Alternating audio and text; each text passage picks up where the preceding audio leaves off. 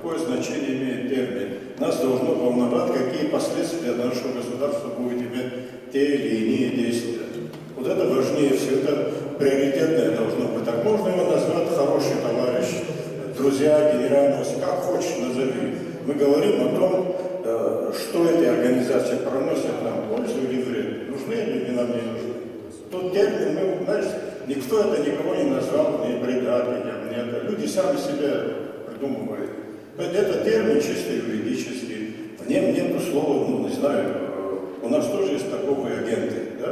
Слово агент, слово резидент, не резидент. Это те слова, которые применяются. Но если это юристы, наверное, найдут более конкретно ответ, я не понимаю, понимаете, мы заботимся о терминах, заботимся о чем-то, но не о безопасности государства и о тех последствиях, которые у нас будут. Присутствие. Наверное, открыто мы должны общаться. Я вот, честно говоря, мое мнение не как чиновник, не просто как гражданин, можно сказать, который с 89 года с оружием, да, как бы стоял уже, мы знали, какая угроза была у нас, и всеми силами и средствами боролись с этим. Просто чуть-чуть напомню, да, вот нашу историю, так, мазками такими мелкими. В 92 году, когда началась война, фактически наша судьба была решена великими демократическими государствами. Шеварднадзе было дано 3 дня, и даже в одной нашей девочке, переводчице, там попала, значит, рекомендация: нет народа, нет проблем.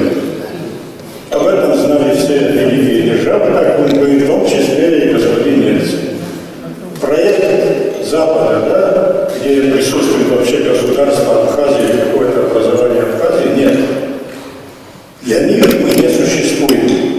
Этот проект был уже заложен в 90-х годах после развала Союза, и в контексте этого развала нас нигде там нет. И вдруг произошло чудо. Этот народ смог защитить себя. Но это в их планы не входило. Я напомнить хочу слова Станислава Лопухи, который принимал участие, и вывод, который он сделал, ездя в Женеву, встречаясь с международными представителями более высокого ранга. Он сказал одно: они нам не могут простить победу. Кто-то, если считает, что сегодня нам это простили, ошибается.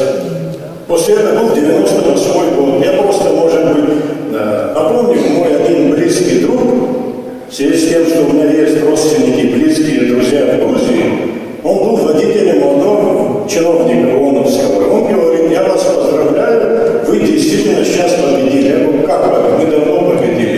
В 98 году, когда были гальские события, они надеялись, что они смогут нас раздавить. Это не получилось. И ООНовские чиновники пришли к выводу, что нынешнее поколение Грузии не способно победить. У них психология как бы уже проигравшего и так далее. Потом вы прекрасно знаете 2001 год, связанный с господином Гилаевым.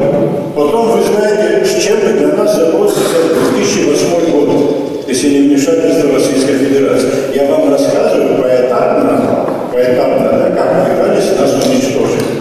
Понимаете? Я могу сказать, может, это громко, я не знаю, вот Сергей Миронович сидит, более опытный политик, да, вот у нас начались все брожения, скажем, вот это письмо, о чем Чечевич говорит, это письмо было 2010 годом, когда нас начали изолировать, и пошла уже по отношению к нам другой вид войны, так называемая гибридная война. У нас на нашей территории сегодня идет гибридная война.